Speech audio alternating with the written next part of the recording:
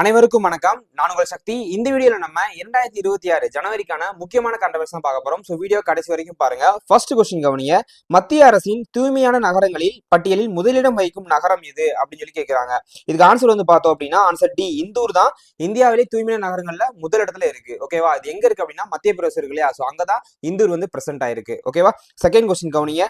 உலக கால்பந்து சம்மேளன நடுவர்களாக இந்தியாவை சேர்ந்த எத்தனை பேர் தேர்வாகி உள்ளனர் அப்படின்னு சொல்லி கொஸ்டின் கேட்கிறாங்க.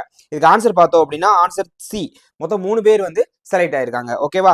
தேர்ட் கொஸ்டின் கவனிங்க. ரொம்ப இம்பார்ட்டன்ட் எக்ஸாம் பாயிண்ட் ஆஃப் வியூல, உலக ராபிட்ஸ் மற்றும் பிளிட்ஸ் செஸ் சாம்பியன்ஷிப் போட்டியில் இந்தியாவின் அர்ஜுன் எரிகேசி என்பவர் என்ன பதக்கம் வென்றார் அப்படின்னு சொல்லி கேட்டிருக்காங்க. ஆப்ஷன் சி, வெண்கலம் பதக்கம் தான் வென்றிருப்பாரு. ஓகேவா? ஃபோர்த் கொஸ்டின் பார்ப்போம். நாட்டின் முதல் வந்தே பாரத் படுக்கை வசதி ரயில் எதனிடையே இயக்கப்பட உள்ளது? Option B, Kolkata to Guwahati, மேற்கு வங்காளம் இருக்கு இல்லையா? அங்கிருந்து கவுகாத்தி வரைக்கும் அந்த இடையே வந்தே பாரத் ரயிலை இயக்க போறாங்க. ஓகேவா? ஃபிஃப்த் கொஸ்டின் பாருங்க.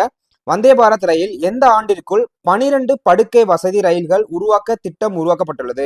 ஆப்ஷன் சி, 2026ஆம் ஆண்டிற்குள் 12 படுக்கை வசதி ரயில்கள், அதாவது பெட்டி இருக்கு இல்லையா? உருவாக்க போறாங்க. ஓகேவா? லாஸ்ட் கொஸ்டின் பார்க்கலாம். நியூயார்க்கின் மேயராக பொறுப்பேற்றுள்ள இந்திய வம்சாவளியை சேர்ந்தவர் யார்? இது ரொம்ப இம்பார்ட்டன்ட். இதுக்கு ஆன்சர் பார்த்தோம் அப்படின்னா சி தான், ஷோரன் மம்தானி என்பவர் இந்திய வம்சாவளியை சேர்ந்தவர். அமெரிக்கால மேயரா தேர்வு செஞ்சிருக்காங்க. ஓகேவா?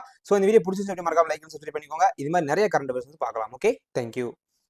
முடியாதது ஒன்றுமே இல்லையே, படியாக்கலாம் தனிகளின்